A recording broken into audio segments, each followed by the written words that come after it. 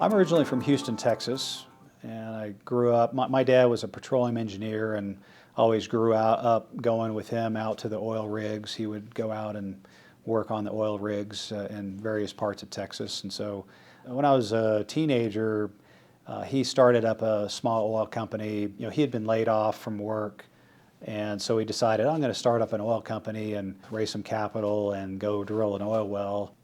He wound up putting pretty much all of our life savings into this well, along with a bunch of other people into this well, and it turned out to be a dry hole. And of course, that was a bad Christmas, I remember. And I remember, because he didn't have the right documentation, he didn't use a securities attorney, he just kind of put a deal together. It caused a lot of problems and trouble.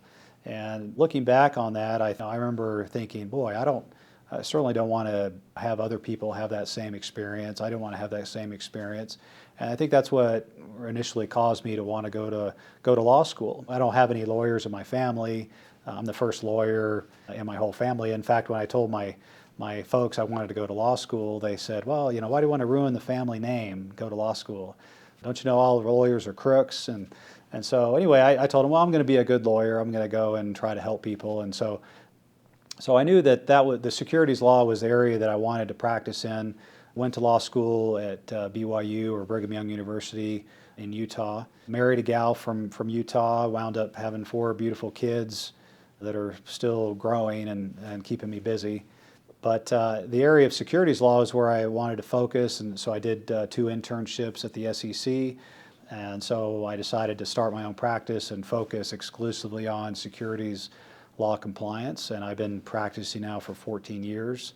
I still, since I have close connections in Texas, I'm licensed in Texas and I maintain an office there, and also here in Utah, so back and forth. But I also have clients other places throughout the country.